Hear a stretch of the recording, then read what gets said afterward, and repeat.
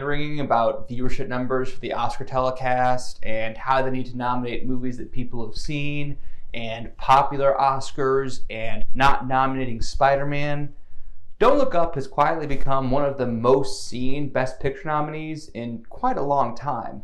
To go by Netflix's own published metrics, which... Don't Look Up is the second most watched Netflix original movie of all time, nestled snugly between Red Notice and Bird Box. Remember how much we talked about Bird Box 3 years ago? For like 2 weeks? Don't Look Up racked up more viewing hours. Even beyond Netflix's own metrics, Nielsen reported that Don't Look Up was second only to Encanto for the most streamed movie over the last 2 weeks of December, when everyone and their mother, literally, are hanging out with nothing to do around Christmas and New Year's and watch a lot of stuff. So while it's hard to pin down exact figures, the Nielsen numbers only count streams on a TV and not on a phone or a tablet, and these numbers are given in total viewing hours or viewing minutes, so we have no sense of how many people watched for 10 minutes or watched the whole thing. But no matter which way you slice it, a ton of people watch Don't Look Up. So just playing the odds, good chance you've either already seen it or are at least aware of it, but in case you aren't, Don't Look Up is an apocalyptic black comedy / disaster movie political satire written and directed by Adam McKay, who is continuing his impressive transition from the king of the mid-2000s immature dude comedy to perennial Academy Awards darling. Seriously, the list of directors who've had 3 consecutive movies nominated for Best Picture is an extremely short list. A friend and I dug into it a little bit, and we came up with Spielberg, Marty, Stephen Daldry somehow, Francis Ford Coppola, and Frank Capra.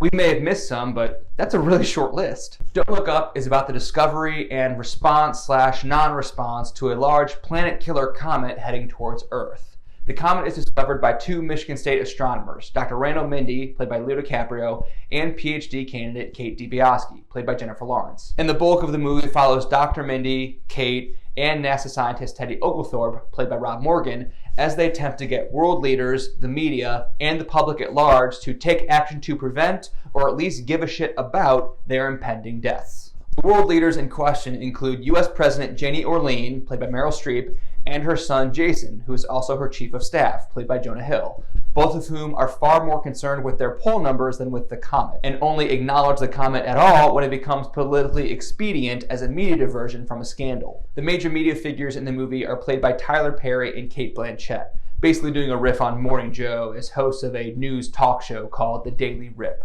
While they are entertaining in their own way, they're about as helpful as you would think they'd be in getting people to care about the comet. Elsewhere in the sizable ensemble, we got Ariana Grande playing a satirically heightened version of herself and sort of winking at aspects of her real-life fame, Ron Perlman as a brash colonel, Michael Chiklis as a conservative news host, the always wonderful Melanie Linsky as Dr. Mindy's wife, Timothée Chalamet as a kid who kind of randomly hangs out with Kate in the back half of the movie, and finally Mark Rylance as an eccentric billionaire tech CEO. I imagine this isn't news to anyone watching this, but the punchline of all this is that this is a climate change allegory. Adam McKay says he wrote a number of treatments trying to figure out a way into a climate story, but he was never able to crack it. And it wasn't until friend and political journalist David Sirota made an offhand comparison comparing the perceived lack of attention paid to the climate crisis and a comet barreling towards Earth did the story begin to take shape. Don't Look Up doesn't really work for me, but even so, I kind of admire it for a few reasons. Number one, I agree with Adam McKay that climate change is the most important issue of our time, and I too have quite a bit of existential anxiety about what the world will look like for my nieces and potential future kids. And for me, frankly, because this shit's gonna go south in my lifetime. Number two, I love original movies, and I love mid-budget movies that cost more than $10 million but less than $100 million. And I love movies with movie stars. And while original mid-budget movies with movie stars used to be most movies once upon a time, we have so precious few of those nowadays. Same reason I was willing to sit through Deepwater. Number three, I love me a good satire, especially about otherwise shit serious topics. The Death of Stalin is one of the funniest movies of the last 5 years, and Dr. Strangelove is one of my favorite movies of all time. I'm a pretty easy lay for this kind of stuff. All to say, I like Don't Look Up on paper, or I like the idea of Don't Look Up, but the movie just doesn't work. First and foremost, while I admire the attempt, the metaphor doesn't really work. And, that's kind of the central conceit of the movie, so that needs to work. An allegory of climate change as a planet killer comet is the kind of idea that sounds interesting when you first hear it, like when David Sirota made the offhand comparison to Adam McKay, but it quickly falls apart. Yes, both cases are an existential threat to our species where human intervention could prevent mass extinction, but the direness of the situation, the immediacy of the situation, and the response necessary are all very different. The comet in Don't Look Up is a planet killer whose impact would cause mass extinction, including of the human race. Climate change has already had catastrophic effects and will continue to bring worsening catastrophic effects, including extinctions. But the effects will be gradual. It's not a binary success or failure in regard to what actions we can take to prevent climate change.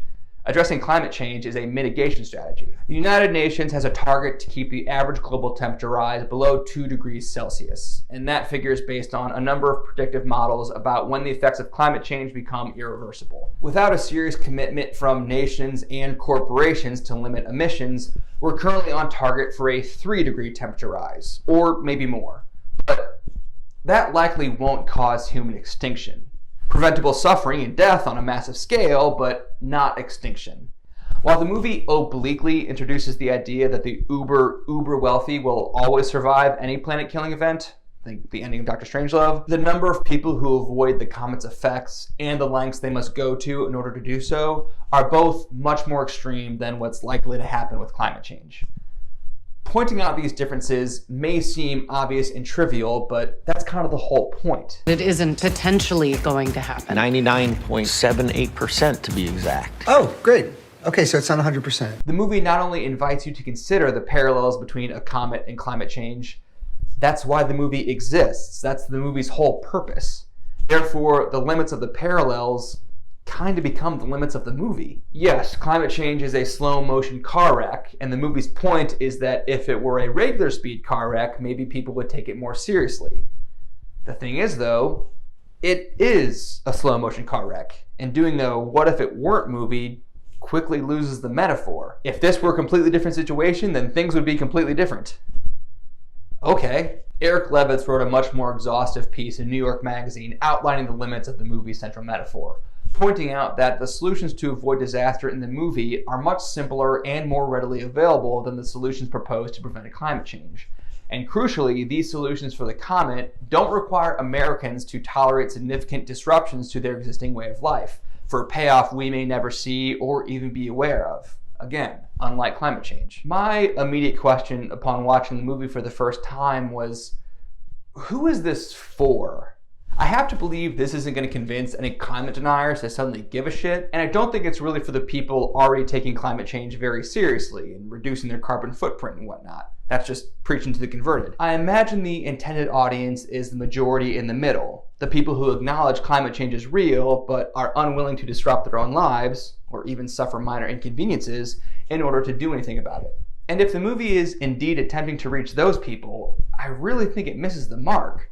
I don't want to sound too cynical, but the movie kind of feels like people patting themselves in the back and assuring the target audience that they're not the problem, shifting the blame away from everyday people and putting the blame for inaction on politicians and the media. While our politicians could certainly be doing more to mitigate the effects of climate change, the reason they're not doing more is because there's not a ton of public pressure on them to do so.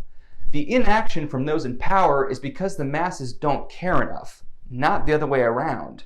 Return to Eric Levitz's New York Magazine piece. Don't Look Up casts the conflict between minimizing climate risk and maximizing near-term economic growth as one pitting the interests of billionaires against those of everyone else. This is a narrative fit for winning the retweets of middle-class American liberals, but not for understanding the world we live in or the forces threatening to end it. But okay, in fairness, I don't think anything I've said so far is enough to really sink the movie.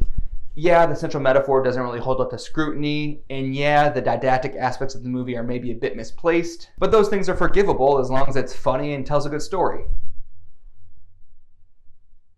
Again, I really like satires, particularly satires of serious material, but it just didn't work for me here. For one, I'm beating a dead horse at this point, but the problem with the central metaphor dulls the satire quite a bit.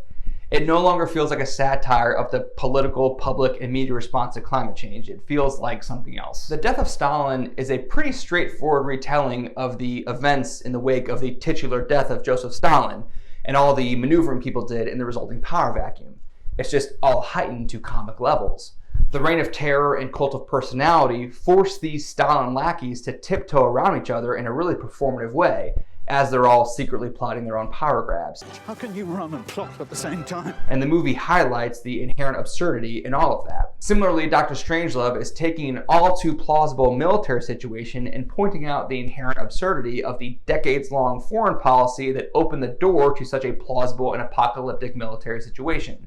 It's simply taking mutually assured destruction, which again was the foreign policy of the world's two biggest superpowers for half a century, to its logical conclusion.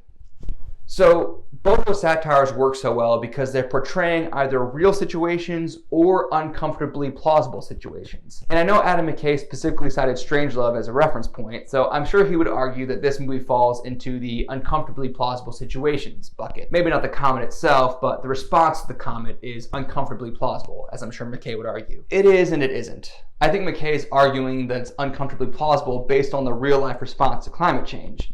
But to take one last swing at this dead horse, the comment is an entirely different situation. So commentary on our non-action against climate change falls a bit flat. But okay, maybe if you set aside the climate change angle entirely and just take the absurdity in the movie to be commentary on how our political and media landscape function in general, it still doesn't really work for me. This isn't entirely the movie's fault, though. Suffice to say that a lot of the stuff in the movie probably would have been pretty funny and absurd in like 2013 or 2014, but due to the last 6 years of politics in the US, this stuff barely feels like satire. The satire isn't very sharp because it's just like a degree or two away from reality. And I know I just said that the proximity to reality sharpened the satires in Death of Stalin and Dr. Strangelove, but the difference is that those satires at least commented on the real or plausible situations they depicted. For example, Stanley Kubrick inserted a lot of psychosexual undercurrents in Dr. Strangelove, not so subtly arguing that the military-industrial complex is a dick measuring contest. I don't really see much commentary in Don't Look Up.